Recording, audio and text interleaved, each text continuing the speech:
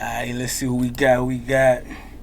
Here's why artists are terrified of Sony. MJ tried to warn us. In fact, he did. Nobody listened.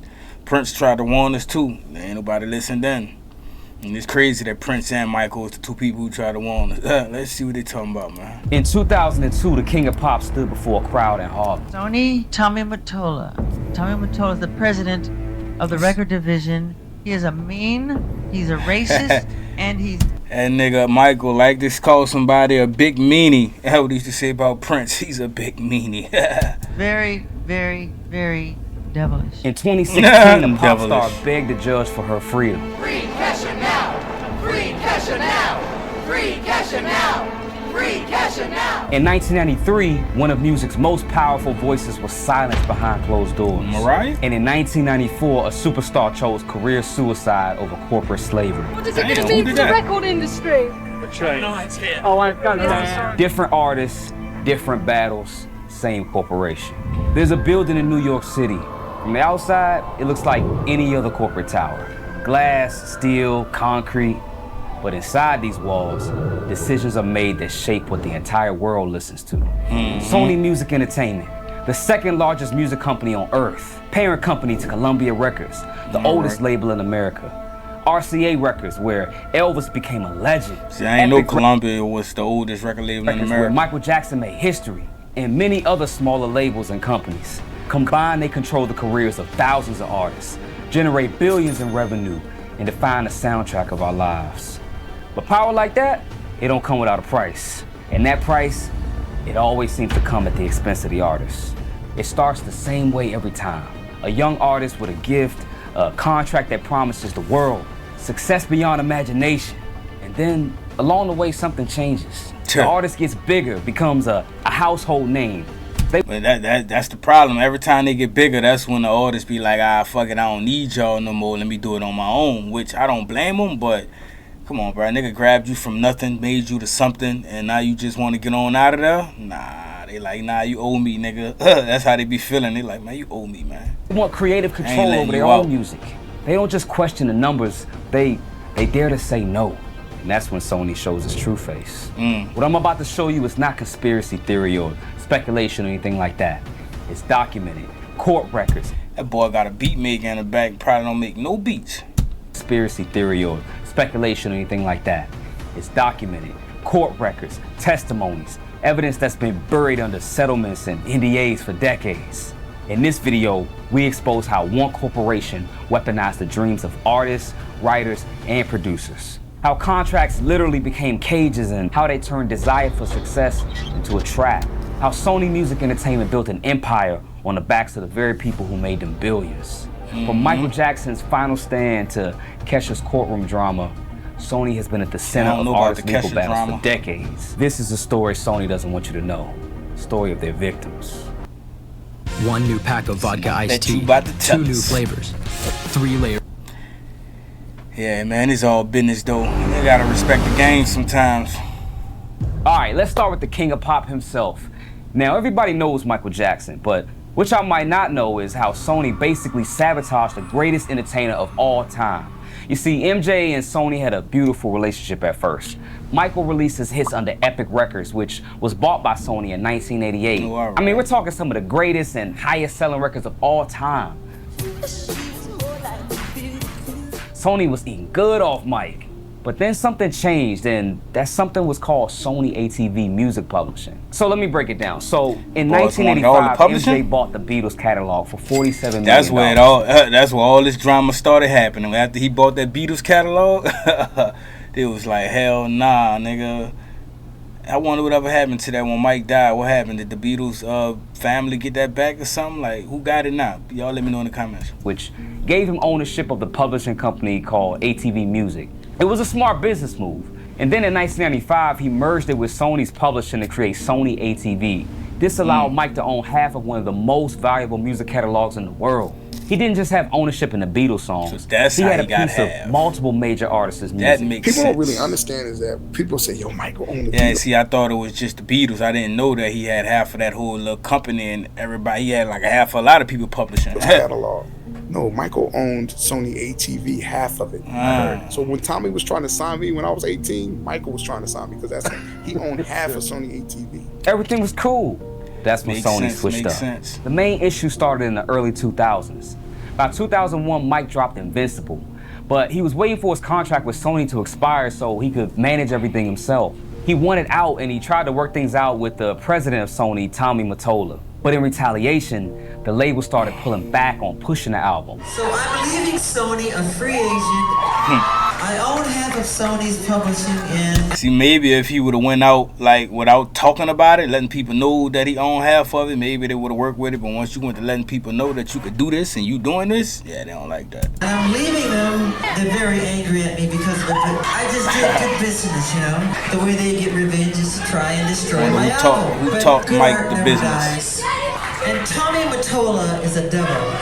Now this is Michael Jackson we're talking about, the man who made Thriller, and Sony barely pushed the album. Michael also realized that the lawyer he was working with was also working with Sony, and the label was pressuring him to buy parts of his royalties. But Mike knew what was up. They wanted his catalog. They wanted him to default on the loan so they could swoop in and take half of Sony ATV. So what did Mike do? Oh, he was ready to blow shit up. In 2002, he pulled up to Al Sharpton's headquarters in Harlem and let it all out. He called Tommy Mottola, the head of Sony, a racist and a devil in public in front of everybody, multiple times. But he didn't stop there. This man got on a double-decker bus with a bunch of fans and circled Sony's headquarters. He held up a poster with Mottola's face with devil horns on it. You see, Sony spent $30 million making... You mean to tell me people don't think that shit's suspicious that he did all that and then ended up dying? That's crazy. Invincible, but only $25 million promoting it. And just for comparison, they spent about $50 million promoting Celine Dion's album that same year. No hate to Celine Dion, but she ain't Michael Jackson. The result? What the fuck you doing with $50 million to promote an album? Like, what is that going towards? Like, I understand radio and TV and all that, but $50 million? Come on, gang. Nigga would have said $1 million and that seemed like a lot, but Invincible only sold. So now that means you gotta make back twice that. So if you put $50 million into the album, you trying to make $1 billion back or something, huh? 6 million copies. And for Michael Jackson, that's a flop.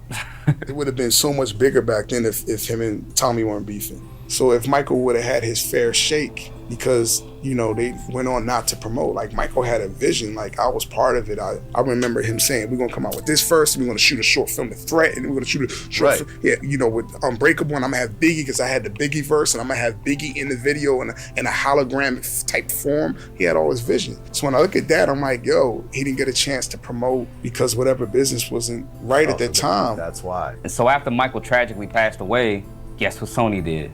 They ended up buying Michael's estate's share of the catalog. So I knew it. In the end, they got exactly what they wanted. Damn. The motherfuckers still win. And that's exactly what... That's why these conspiracies out here now that they had something to do with that. Because ain't nowhere in the world, man. You're 18 years old. You're talented. Some people would argue otherwise, but follow me here. You got dreams. And one of the biggest producers in the game, Dr. Luke, wants to sign you. You think you hit the lottery, right? Wrong. See, Kesha signed with Dr. Luke's label, Kemosabe Records, which... Them eyes look like she just either been crying or she just did some blow or some drugs. She did something. Was under Sony Music. And for a minute, everything was pretty cool. TikTok came out in 2009 and went crazy. We're talking #1 in 14 countries. TikTok came out in 2009? Kesha was that girl in the electro pop era of the early 2010s. I know Kesha's name, but I don't know none of her songs. In 2014, Kesha signed a lawsuit that shook the entire industry. She accused Dr. Luke of drugging her, assaulting her, and emotionally abusing her for years. Allegedly, she was told, "You're not that pretty, you're not that talented, you're just lucky to have me." So Kesha did what anybody would do. She tried to get out of the situation. That's what all she went to court to be released from her contract so she could make music on her own. You know what Sony said? We can't terminate the contract. It's not our deal. It's Dr. Luke's deal.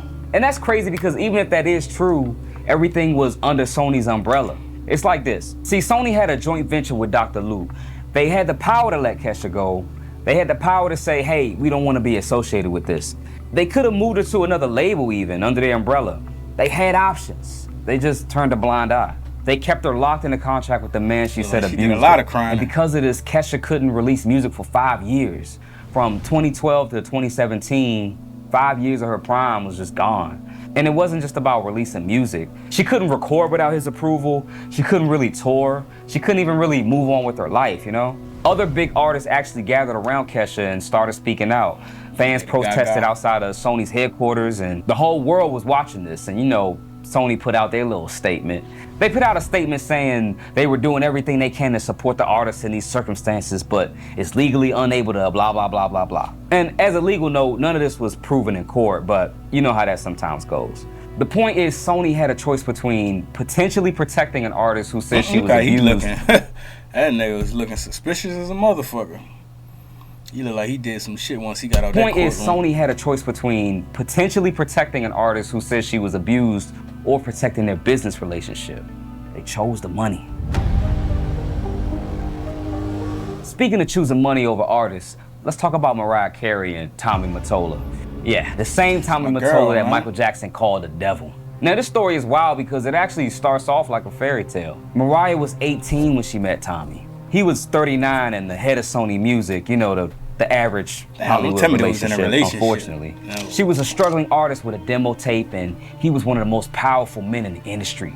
You can probably see where this is going. They ended up getting married in 1993, had a whole Cinderella wedding worth $500,000, but behind closed doors, Mariah said it was more like being in prison. I didn't feel like I was worthy of existing. The police took you, Mariah Carey. In the backseat of the police car. It's a vivid memory. I have never spoken about it. I did feel like I was held captive. You know, it's funny. This one of the, I rarely ever seen Mariah ever even do an interview. But if you would do one, it would be with Oprah, wouldn't it? But I ain't never seen the Mariah Carey interview ever in life. Active in that I relationship. remember. And I'm not saying that lightly because Mariah literally called their $30 million mansion Sing Sing after the maximum security prison in New York. Apparently, Tommy had the house on lockdown. Security cameras in every room. Armed guards everywhere. You may have heard the rumors about Tommy Mottola's so-called hold on Mariah. He controlled everybody around me. Everybody was afraid of him. There was so much security and armed security. This is not okay. Like You're Mariah Carey. Like I thought you could do whatever you want. The man controlled everything. What she wore, who she worked with. Well, I guess fuck, that's the same situation with the P. Diddy and Cassie situation. Nigga take you and tell you they gonna boost your career and then how her music sounded. Mariah said, and I quote, "From the moment Tommy signed me, he tried to wash the urban off of me." United Bank. He tried to make a whitewash. Try to take that nigga up out of, ain't that cool? They straightened her hair, put her in conservative outfits, and meanwhile, Mariah grew up listening to R&B and hip hop. You know, she wanted to work with rappers and R&B artists. Yeah, black, ain't she? Tommy, he wanted a mainstream pop princess. When she pushed for more creative control, he would remind her of who made her famous, saying lines like, you know, "You're nothing without me. You'll never work in this town again." Even Michael came out and talked about Mariah's relationship with Tommy. The breaking point came when Tommy allegedly held a butter knife to her face in front of dinner guests, just because she wanted to leave. Nigga used a butter knife, and then in front of people, bitch, you bold, huh? Because even after they divorced in '98, she was still signed to Sony. She still had to work with the same company that her ex-husband ran. And yeah, Tommy is more so the villain here, but I'm pretty sure there was a record executive or somebody at Sony that knew what was going on. But then again, they were married, so what can you do?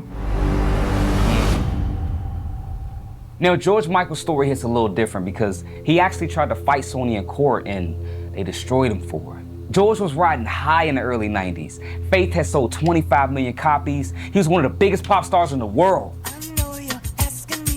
But when he put out Listen Without Prejudice Volume 1, he decided to do something different. He said, "I don't want to do videos. I don't want to do interviews. I want the music to speak for itself." You know what Sony did? They basically said, "F your album then." George claims Sony deliberately tanked his album because he wouldn't play the pop star game. So in 1992, he did something crazy. He sued Sony for what he called professional slavery. His argument was basically the contracts. Sony basically saying, like, I'm not about to put buku money behind this and you're not going to do the right things to try to get us to make the money back. You just want to put it out and just leave it like that. It ain't going to sell like that. You got to put in that groundwork. You don't want to do it. So they like, fuck, we ain't going to put no money behind it. Put that bitch on the shelf until you ready. Shit You signed me for 8 albums over 15 years. You control everything I do. That's crazy. And if I don't like it, 8 hours for 15 years is crazy. You shouldn't even sign no shit like that. I would at least like 2-3 albums, 5 max. But I ain't even trying to do 5. 2-3 albums over the course of like a few years. But I can't. 8 for 15 is crazy. Leave? Even though I both created and paid for my work, I will never own it or have any rights over it. I have no control or say in the way that my work is exploited. I have no guarantee that my work will be released at all. If Sony reject my work, it will never see the light of day. I am convinced that the English legal system will not uphold what is effectively professional slavery. That's not a business partnership, that's slavery. The case went on for 2 years, and in '94, the judge ruled against George. Not only did he lose, but he had to pay Sony's legal fees.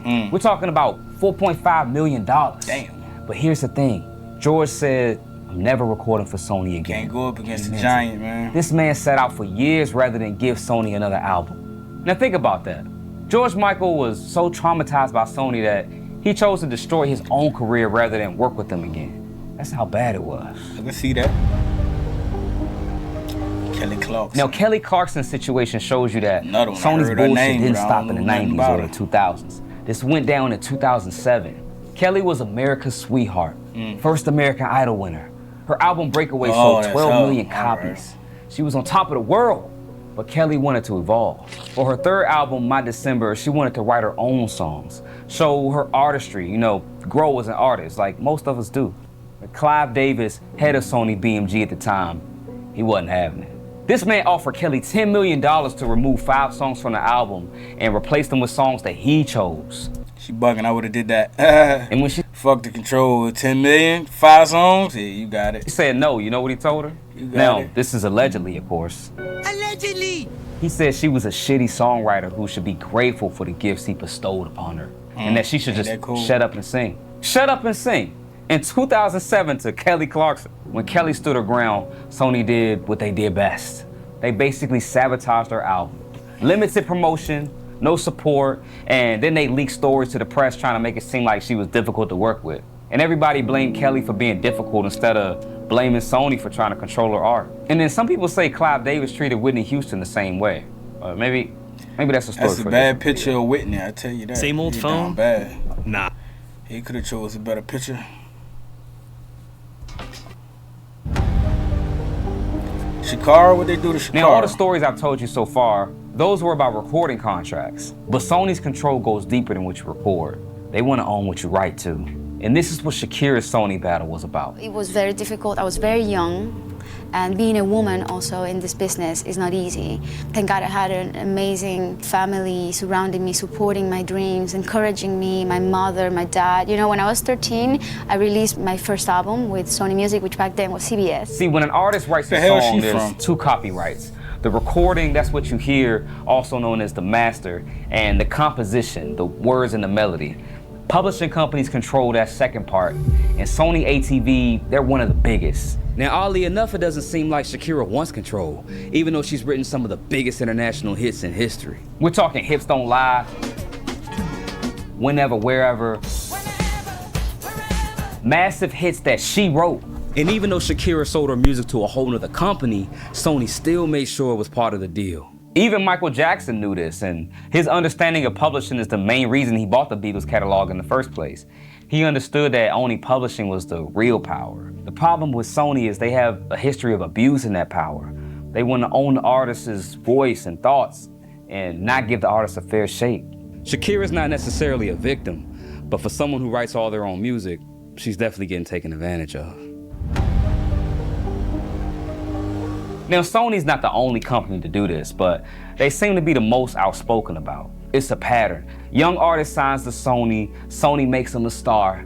Artist wants creative control or tries to leave, Sony destroys them. Allegedly. That sounds like business to me. Allegedly, that's ignorant. And it's not just the artists in this video. Like back in 2018, a whole group of artists filed a class action lawsuit against Sony. Rick Nelson's estate sued because Sony was stealing streaming royalties by taking 68% off the top. Even recently, I came across this video by an independent artist named Chandler Juliet. She goes into detail about why she walked away from a deal with Sony. They promised her $10,000 for a sync deal. Basically, that's where they buy your songs and they place them with artists or TV shows or movies. But after months of beating around the bush and holding her back from releasing the music, they tried to lowball her and say, oh, we can only pay $2,500 for everything.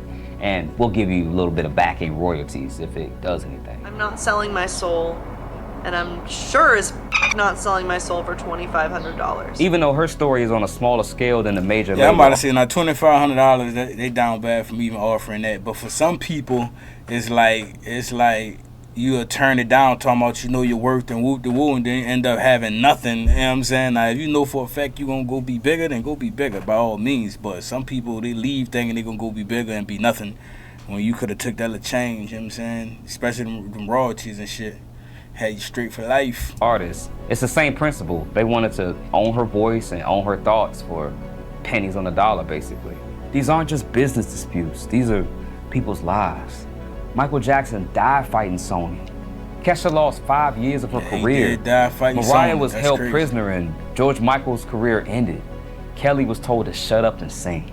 And Sony, I mean, at this point, they're really too big to fail because they're a huge corporation that owns. Surprised they ain't talking more about Whitney's situation. She must wasn't with Sony, but I thought Michael and Whitney was like the worst out of all of them. Multiple entities in multiple different industries. Still signing artists, still making billions, and still putting out statements saying they support the artist whenever a new scandal breaks. I guess the bright side is now artists are finally starting to speak up. You got major artists re-recording their music. You got singer-songwriters talking about how late. Yeah, see, if you smart, that's the new thing to do now. You just re-record that bitch, different beat, different everything, and now you can own the masters of it. I believe, yeah, because if you already own the writing credits, so if you re-record it on a different beat and all that type of shit, now you could take back control of that song. So that's just some new shit that they doing now. So if you smart, you better get to it. People are trying to change their creative direction. And I like to think I'm doing my part as a music producer and commentator, just kind of talking about the issues and bringing to light what's going on and some of the dark sides of the industry. Now, signing a bad record deal not only affects an artist's creative control, it can also affect the money. Watch this video on the screen next to see. Nah, that was good. Very informational. If you learned something out this one, leave a comment, like and subscribe while you're at it. Don't do it for the bar, just do it for the bar, just do it for the bar.